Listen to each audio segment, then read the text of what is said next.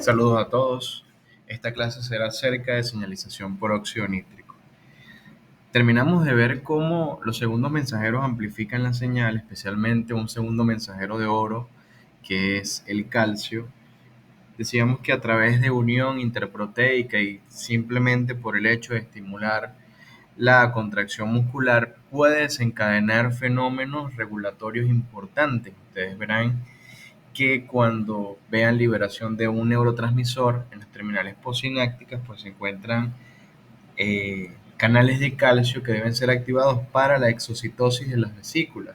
Entonces el calcio es prácticamente universal en cuanto a funciones del organismo y requiere una regulación. Y hay una relación directa también entre los niveles de calcio, y aunque suene paradójico, con la relajación muscular.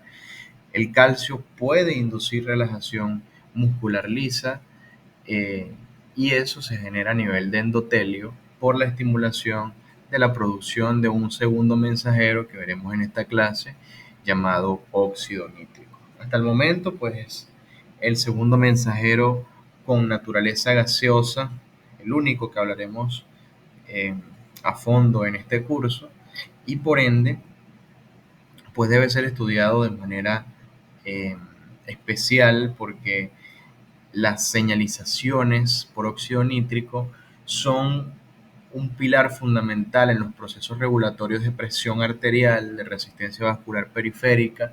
Incluso veremos que funciones inmunes y funciones neuronales están ahora descritas que son reguladas por óxido nítrico, pero sobre todo la parte cardiovascular es dependiente de óxido nítrico. Un poco recordando el esquema de la contracción del músculo liso hablada en la clase de calcio, no es más que un recordatorio, pues tenemos que cuando aumenta el calcio por salida del retículo o por entrada de canales, se une a la calciocalmodulina y ellos forman un complejo llamado calciocalmodulina. Especialmente ese complejo quiero que recuerden porque no se podría formar si no existiera calcio. Y siempre que eh, se había hablado, como lo hablamos en la clase anterior, de que ese complejo estaba siempre relacionado con contracción muscular y no es así. La calciocalmodulina en el caso de hoy puede generar relajación muscular y veremos cómo eso va a suceder. El óxido nítrico es un radical libre, es un gas, un neurotransmisor se puede considerar, algunas literaturas lo consideran, eh, otras literaturas no lo consideran, gran parte no lo considera como un neurotransmisor, pero puede ser eh, capaz de generar neurotransmisión, pero no se puede almacenar en vesículas por su naturaleza gaseosa que le permite atravesar las membranas y no quedarse solamente en una vesícula. Eso lo hace, o eso hace que las literaturas pues contradigan el hecho de que el óxido nítrico es un neurotransmisor, sin embargo, sí cumple funciones neuronales de señalización nerviosa. Es un radical libre, y quiero hacer bastante énfasis en esto. Un radical libre no es más que una molécula que tiene un electrón desapareado. Como lo ven acá, el óxido nítrico se forma evidentemente por nitrógeno y oxígeno y tiene un electrón desapareado.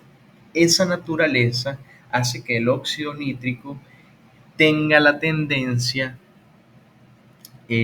frecuente, deseosa, si se puede decir así, de ceder el electrón que está desapareado.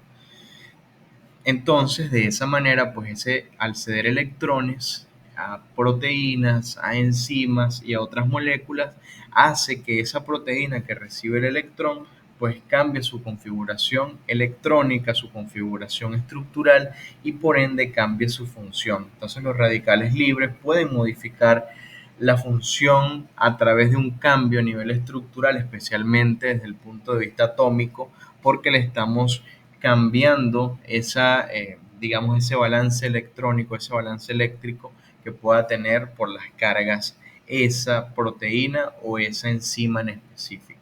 Entonces, es por eso que no se les olvide que el óxido nítrico es un radical libre. Se puede unir con OH y formar nitritos en el caso de que se inhale, ¿ok? ¿ok? Al inhalarse muchas veces se une a la hemoglobina y puede formar metahemoglobina, y al unirse con proteínas por esta característica de ceder el electrón puede generar nitrosilación de proteína. Y esas cosas modifican evidentemente la estructura de esa enzima o esa proteína receptora. Muy bien, ¿cómo se forma el óxido nítrico? Tenemos que hablar de la óxido nítrico sintasa. Es la enzima que forma óxido nítrico intracelular, ¿ok? Y que permite esa función de que cuando tenemos niveles de calcio aumentados, puede ser traducido ese aumento en los niveles de calcio en óxido nítrico. ¿Cómo lo genera? Lo vamos a ver más adelante. Esa enzima tiene tres isoformas, ¿ok? La oxionítrico sintasa neuronal, la oxionítrico sintasa inducible y la oxionítrico sintasa endotelial, que es la más estudiada. Esta sigla, esta letra que acompaña al inicio de la palabra, hace referencia pues a su nombre o al nombre de la isoforma. En este caso es la neuronal, la inducible y la E de endotelial. ¿Ok? También se le dice en algunos casos oxionítrico sintasa 1, 2 y 3 respectivamente.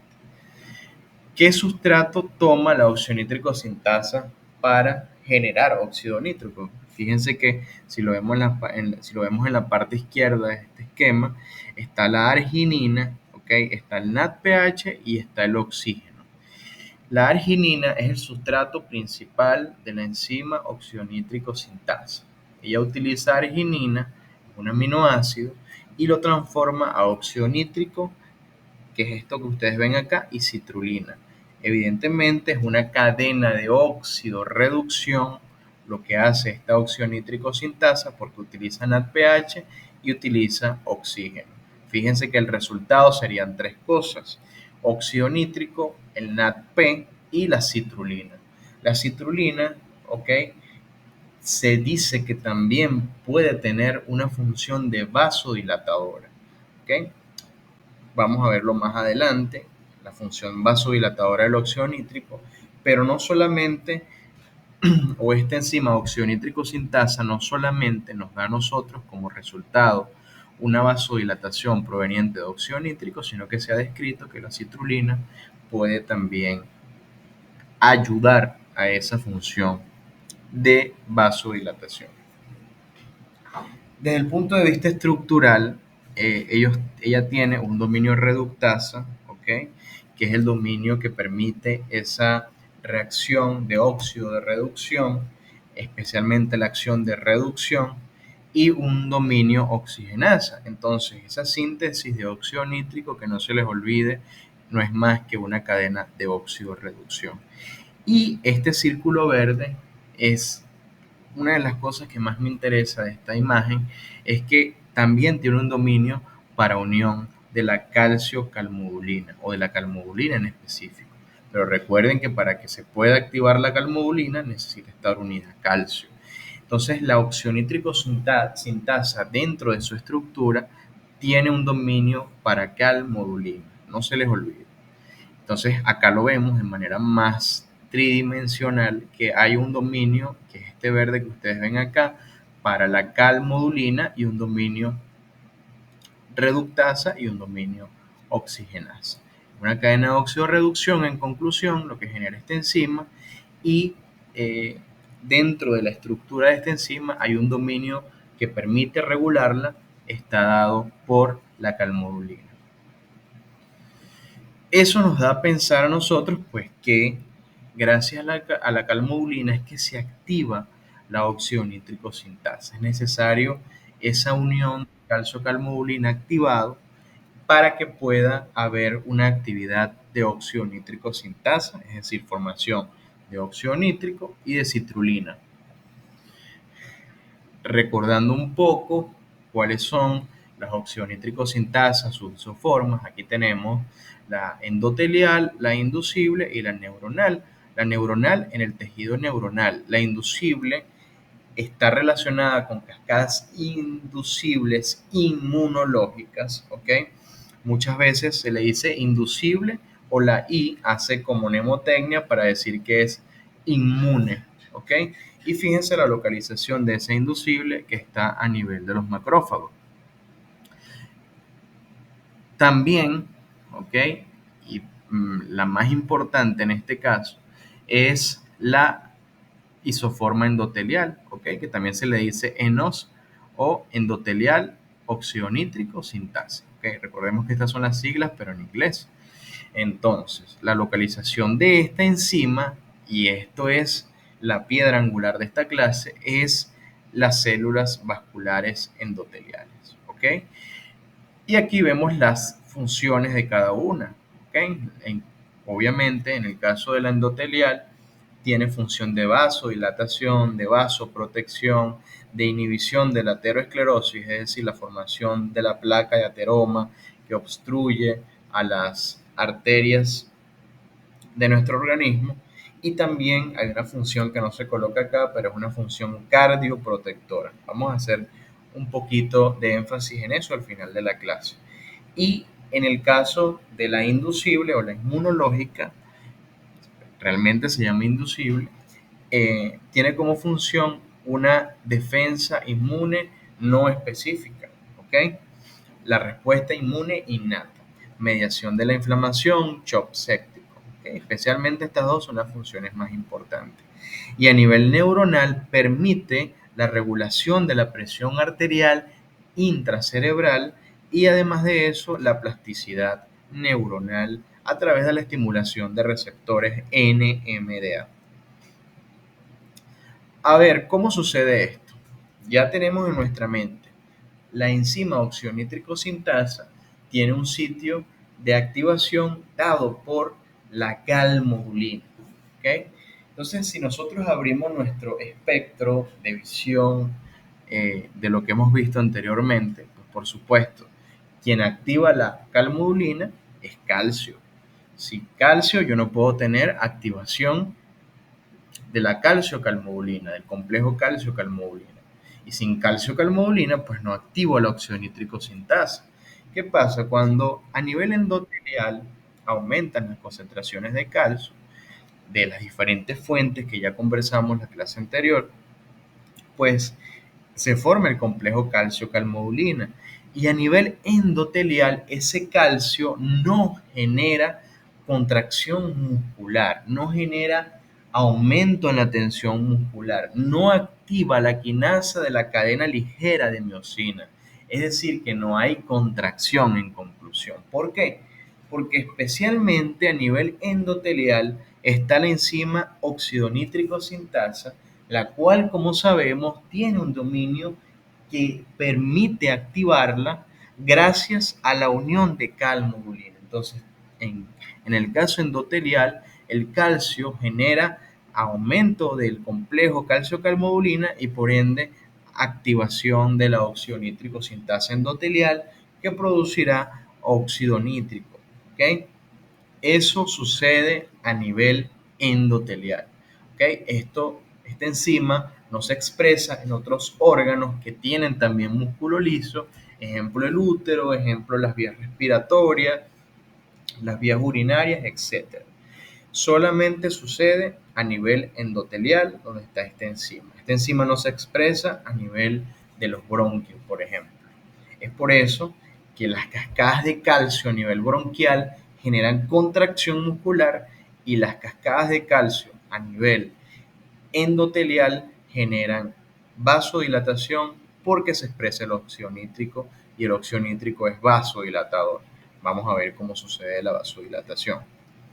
Otras fuentes por donde puede llegar óxido nítrico captado en el ambiente, unido al grupo M de la hemoglobina y también en la presencia de capilares con óxido nítrico. Acción del óxido nítrico. Muy bien, ya la óxido nítrico sintasa lo sintetizó o bien lo captamos por el ambiente, ¿ok? O bien está unido al grupo N, como sea, pero ya tenemos óxido nítrico. Ese óxido nítrico tiene afinidad por una enzima que se llama guanilato ciclasa. Es como la adenilato ciclasa, pero en este caso es guanilato ciclasa. utiliza igual nucleótidos para poder activarse, así como hacía la, eh, la adenilciclasa, que utiliza un nucleótido y lo transforma a un nucleótido cíclico. En este caso, como no es adenil, es decir, no empieza por la A, sino que empieza por la G, entonces esa enzima utiliza GTP y lo pasa a GMP cíclico. Igual como teníamos, o este es un equivalente a como era el AMP cíclico, en este caso es GMP cíclico. Y ese es nuestro segundo mensajero. Se podría decir que es hasta un tercer mensajero.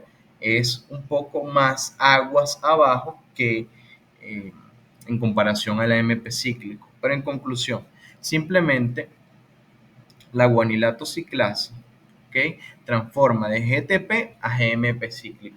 Ese GMP cíclico, por ser un nucleótido cíclico, como lo hablamos en la primera clase, puede estar sometido a la degradación por fosfodiesterasa.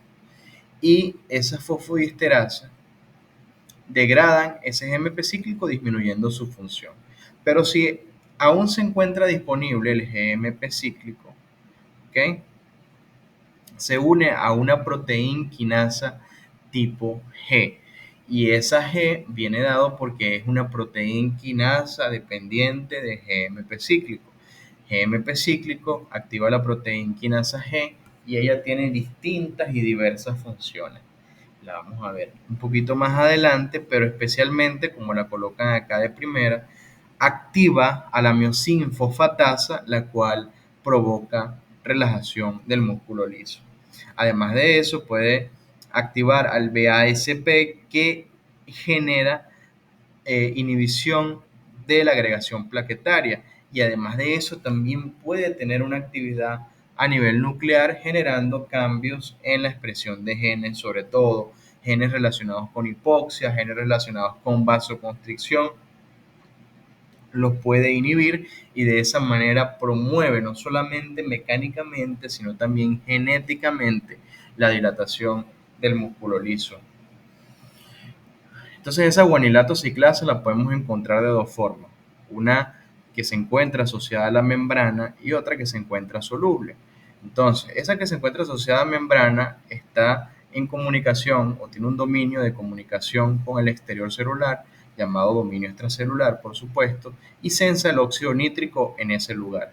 Óxido nítrico extracelular se puede unir a esta forma de guanilato ciclasa y activa el dominio transmembrana, al dominio de quinasa y al final se termina activando al dominio ciclasa, que es el que permite la transformación de GTP a GMP cíclico.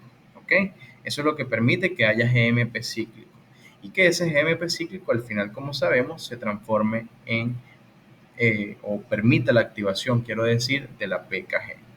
Y esa enzima también, aparte de estar a nivel o en comunicación con el exterior, también puede tener una forma, una isoforma soluble, es decir, que no tiene nada que ver con la membrana, sino que puede estar a nivel del citoplasma.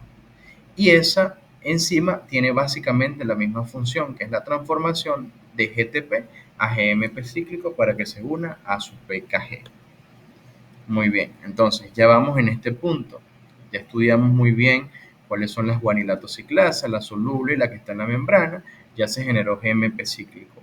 Ahora bien, ¿qué pasa con el GMP cíclico? Activa a la proteína quinasa G.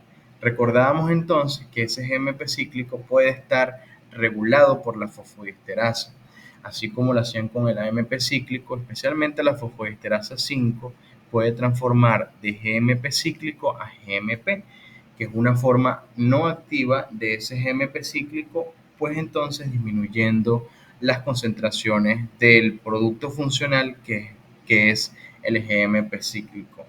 ¿Okay? Entonces, tanto AMP cíclico como GMP cíclico son mensajeros regulados por fosfodiesterasa. Muy bien, aquí lo podemos ver, es más de lo mismo. Sin embargo, aquí muestran, o les coloco esto para que vean que algunos fármacos pueden intervenir en la acción de la fosfodiesterasa y de esa manera pues aumentar la disponibilidad del GMP cíclico, especialmente la fosfodiesterasa 5. Fíjense que fármacos como el sildenafil o el tadalafil, que ustedes lo habrán escuchado porque son fármacos utilizados para la disfunción eréctil, ¿okay? El Viagra, eh, ellos inhiben a la fosfodiesterasa 5. Entonces, si estoy inhibiendo la fosfodiesterasa 5, nadie degrada al GMP cíclico, aumenta su disponibilidad, aumenta entonces la actividad de la PKG y por ende se genera vasodilatación. Evidentemente, si es a nivel de lo que es una erección masculina, ella necesita vasodilatación de los vasos que se encuentran a nivel peniano y de esa manera ocurre la erección. Eso ocurre gracias a este mecanismo de acción donde se inhiben a las fosfodiesterasas. Muy bien, ahora hablemos de la proteína quinasa G, que es este punto de la cascada de señalización. Ya vamos acá.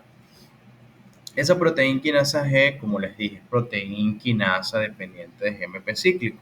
En condiciones no activas se encuentra en el punto central de la estructura de la proteína plegada y no está con su actividad quinasa.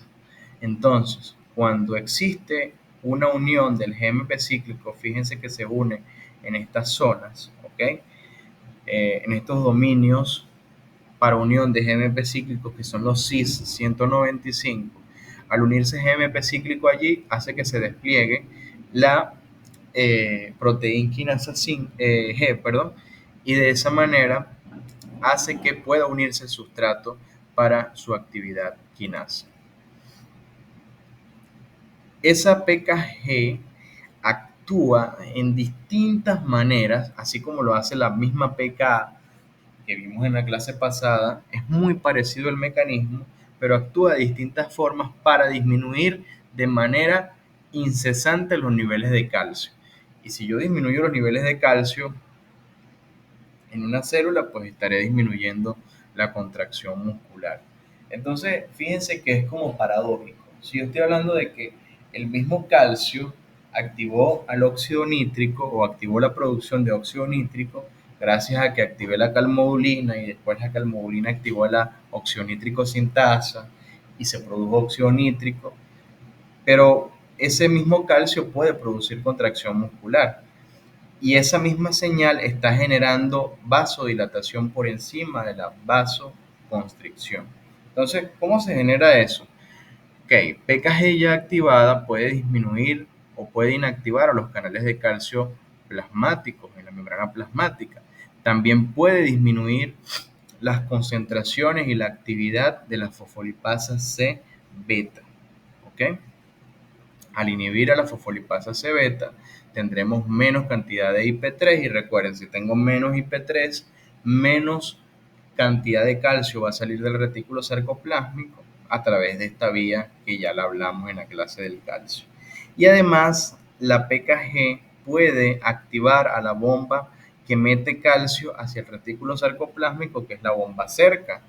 Entonces, al activarla, mete calcio desde el citoplasma hacia el retículo sarcoplásmico y de esa manera disminuye el calcio disponible para la contracción muscular. Por otro lado, la PKG puede aumentar la actividad de esta enzima que está acá. Es muy parecida a una que vimos ahorita, si ven las siglas, pero en este caso es fosfatasa de la cadena ligera de miosina.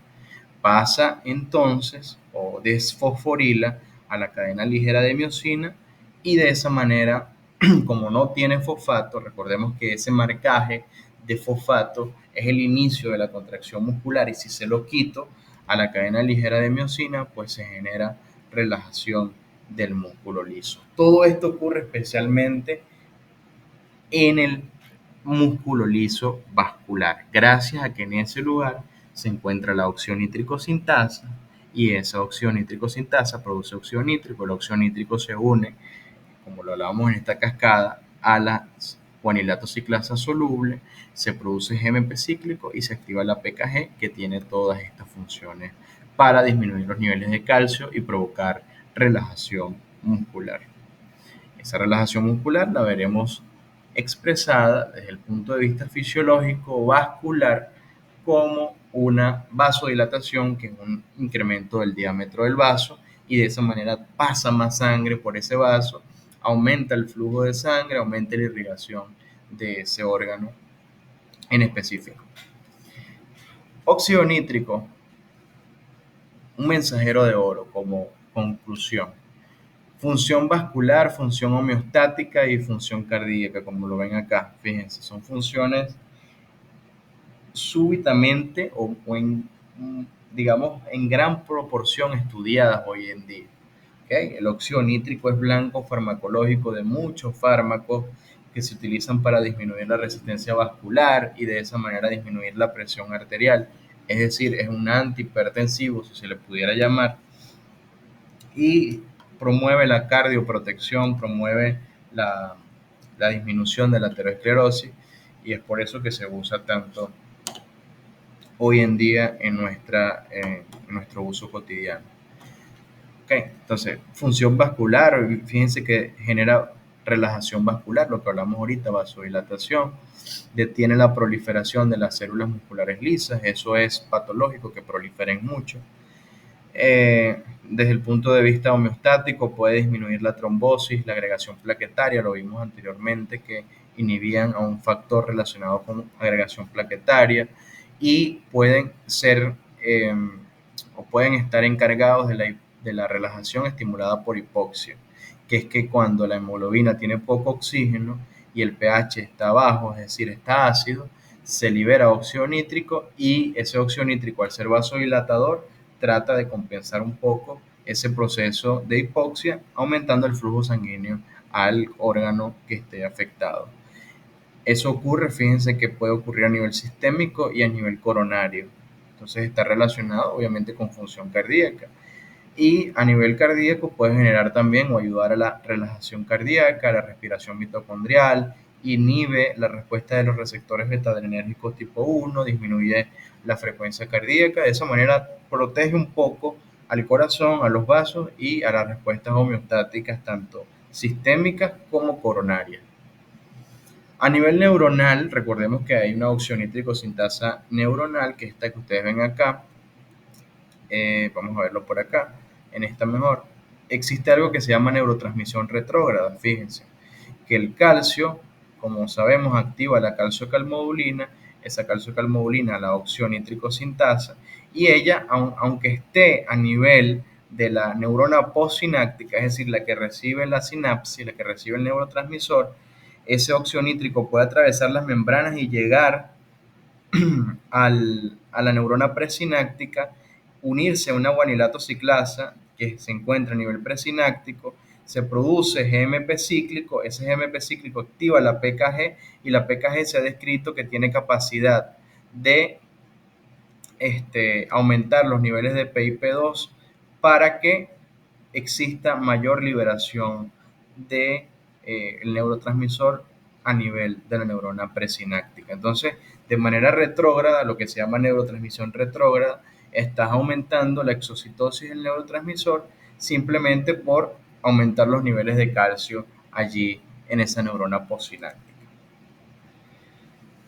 Y como función inmune, esta función está bastante descrita también. Los fagocitos, los macrófagos, como vimos en las primeras diapositivas, tienen óxido nítrico sintasa inducible.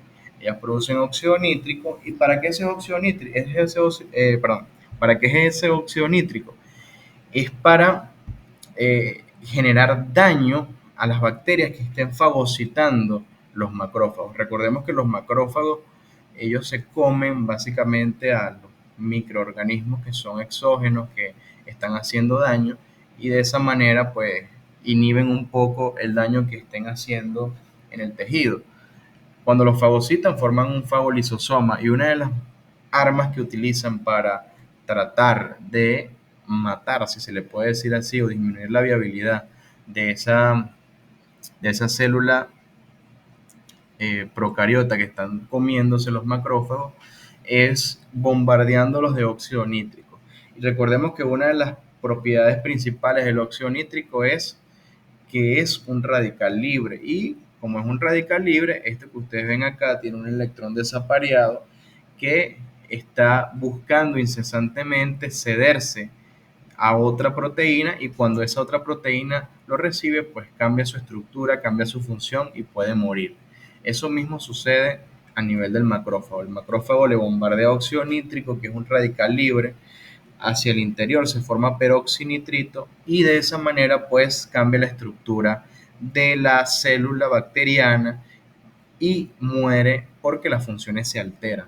¿Ok? Entonces es una de las armas que utiliza el macrófago para atacar a sus víctimas, que en este caso son los patógenos que se comen o que fagocitan. Entonces, fíjense las funciones múltiples del óxido nítrico: inmune, neuronal, endotelial y cardíaca. ¿Okay? Son bastante diversas, son indispensables para el funcionamiento normal de nuestro organismo, sobre todo la función endotelial. Óxido nítrico es otro segundo mensajero de oro en nuestro curso de bioquímica.